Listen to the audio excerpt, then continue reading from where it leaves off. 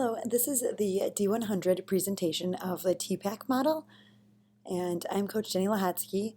Mona and Todd are also involved in this presentation, so either way, you can contact any of us to learn more about this. So I'm just going to give you a brief overview of what TPACK is, how it relates to the SAMR model, and how you can create content for your classroom based on this TPACK blended ladder model.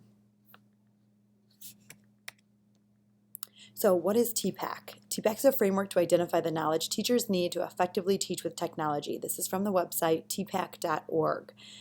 The principles are that technology, pedagogy, and content knowledge should not be taught in isolation, and they should all merge together to create the perfect lesson. This graphic is the graphic from the TPACK website.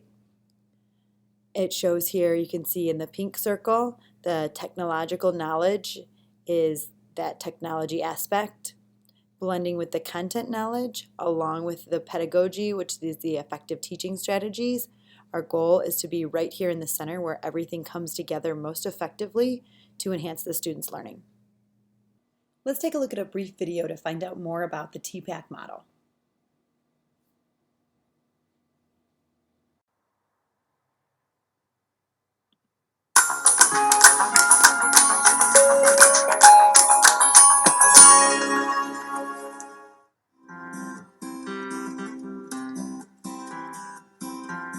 You're a teacher ready to tap students into 21st century learning, but teaching with technology adds a whole new layer of knowledge and expertise. TPACK, or Technological, Pedagogical, Content Knowledge, is a framework that helps teachers consider how their knowledge domains intersect in order to effectively teach and engage students with technology. It's an approach that looks at the combination of what teachers know, how they teach, and the role of technology in order to better impact student learning. So, how does TPACK work? First, consider three domains: content knowledge, pedagogical knowledge, and technological knowledge. Content knowledge, CK, is the what, your understanding and expertise of the subject area you teach, whether it's science, social studies, math, language arts, or all of the core curricular areas. CK is made up of all the facts, concepts, and theories of any given discipline. Pedagogical knowledge, PK, is the how, your expert knowledge of the art and science of teaching. From learning theories to instructional design, PK includes methods of teaching and assessment, like project-based learning, as well as instructional strategies like Think, Pair, Share. Knowledge of these principles helps you design successful learning experiences for each individual student. Pedagogical content knowledge, or PCK, is the intersection of the pedagogical and content areas, the knowledge you have of how to effectively engage students in learning concepts and skills. This knowledge includes approaches for addressing different learning styles and scaffolding content for deeper understanding. Educational psychologist Lee Schulman saw this intersection as teaching at its best. But several scholars, including Matthew Kohler and Punya Mishra, have added an additional component to 21st century teaching: technological knowledge, or TK. TK represents your knowledge about the tools, including how to select, use, and integrate technology into your curriculum. But it's not just about the devices. It's also the quality of content that students access through apps, websites, and games for learning. By integrating technology into PCK, you now have new insights into and opportunities for student learning. Technological content knowledge, or TCK, refers to how technology is used in a subject area for deep and lasting learning. For instance, to further their understanding of a topic, budding scientists can use sophisticated tools to collect evidence, make observations, and document findings. Interactive software then allows them to see their data represented in various ways. Application of such technologies can help deepen individual students' inquiry within a given discipline. Technological pedagogical knowledge, or TPK, is your understanding of how to choose and manage technology for your students. For instance, what technology will best ease your students' workflow throughout their exploration of the scientific method? How can you use collaboration tools to have students share their learning with each other? This knowledge about technology will advance your teaching. The intersection of all three knowledge domains, content, pedagogy, and technology, is the core of TPACK. This center area refers to your understanding of how tools can enhance your teaching and support student learning more deeply and effectively. For example, when learning about water pollution, students could explore 3D models of bacteria's cellular structure, and then create their own animated images to analyze local water sources. They then could share their findings virtually with a prominent field expert. This dynamic interplay of all three components is TPACK, the heart of innovative teaching. You can use the TPACK framework to assess your own knowledge of content, pedagogy, and technology. Consider which areas you feel confident about and which areas you could improve upon. But also think about how you can collaborate with others at your school or in your professional learning communities to combine your strengths.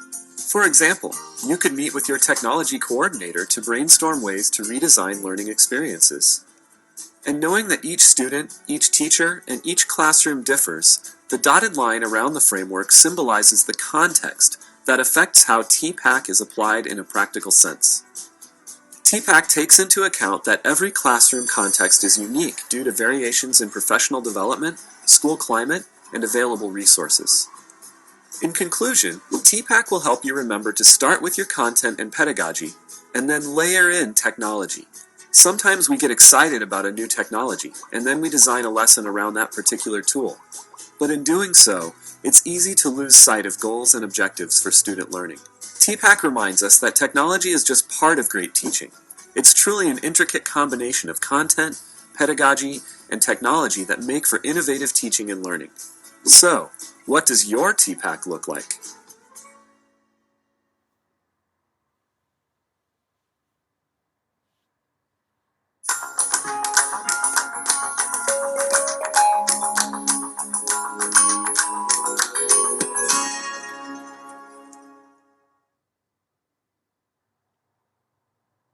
Okay, thinking about the video, take a second and think about what area you feel the strongest in. Is it your pedagogical knowledge, the teaching strategies you use with students, the content knowledge, or the technological knowledge?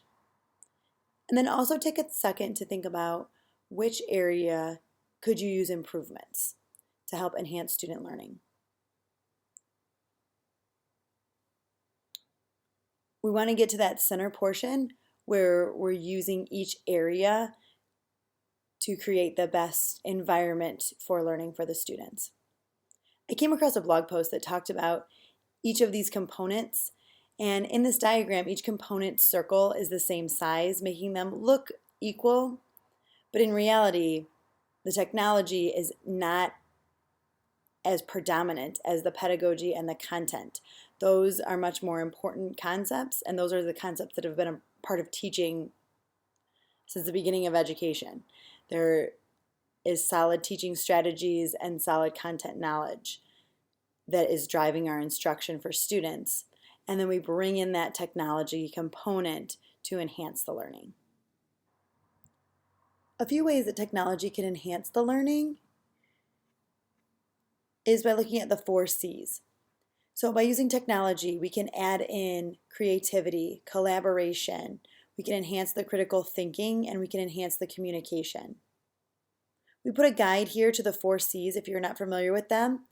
You can head to www.nea.org/tools/52217.htm for some more information.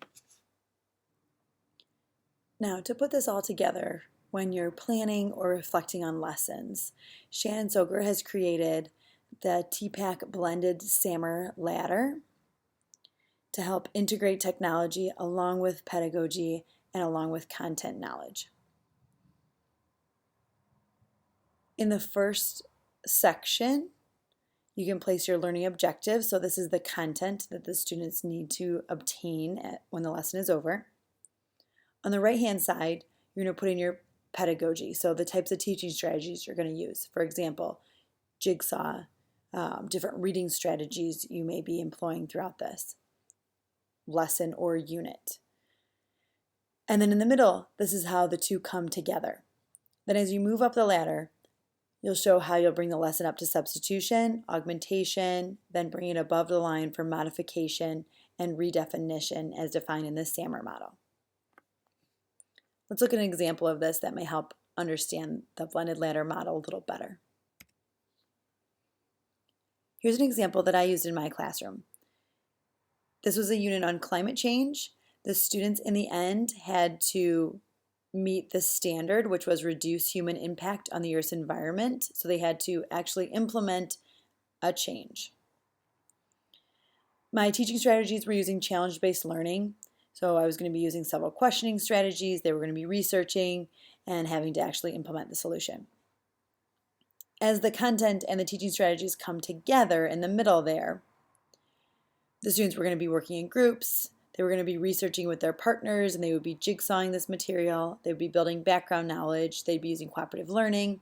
They would learn from experts in the field, and they would also have to present this to an authentic audience to get their solution implemented. So as I moved up the SAMR ladder here to substitution, students were researching their guiding questions using Google research tools, and they had to research their final solution. Then to move up to augmentation, they had to curate their research and collaborate it and put it together in a Google Doc. So each member of the group was collaborating in one Google Doc to share their information and using research-based sources. Along the way, I was also giving them feedback in the Google Doc so I could keep track of their progress as they moved through the project. And then to move this above the line, the students had to present to an authentic audience. So depending on who they were presenting to, that determined what sort of presentation they were going to have to put together. So students could use Keynote or other multimedia presentations to get their information put together to reach the audience that they needed to reach to make the change they were trying to implement. Then at the very top, redefinition. Throughout this process, they needed information from several different experts. For example, I had a group that wanted to put solar panels on the roof of Freedom Middle School. So they contacted a company that put in solar panels. They were emailing back and forth. The company sent mock-ups of how that would look on top of the school. And in the end, they had to put a presentation together to present this to the administration. They could have also Skyped with these experts. In several cases, they were emailing or calling back and forth, but Skyping with the experts would have brought that immediate feedback that they could have put into their presentation. We have a second example listed here as well. This was in a third grade classroom at Pershing. They were working on producing and publishing their writing. They were doing this through problem-based learning, and they were connecting with an authentic audience, collaborating in groups, and jigsawing the information together. So they started out with substitution. They used the web for research. They created a basic iBook with no additional features. Then they moved up to augmentation.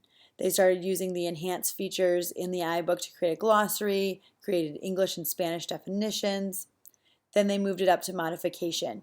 They added in a video. They added some of the multimedia touch abilities in the book.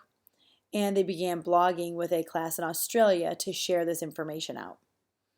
And finally, redefinition. They published this book in the iTunes library and shared it with a group of students in Australia, and were able to communicate back and forth with that group through the blog. So they were, in the end, were able to publish their writing and collaborate with others through the publishing of their iBook and the blog interactions. Here's a few more resources we wanted to put at the end. You can check these resources out in the presentation. Thank you very much. Please let us know if you have any questions.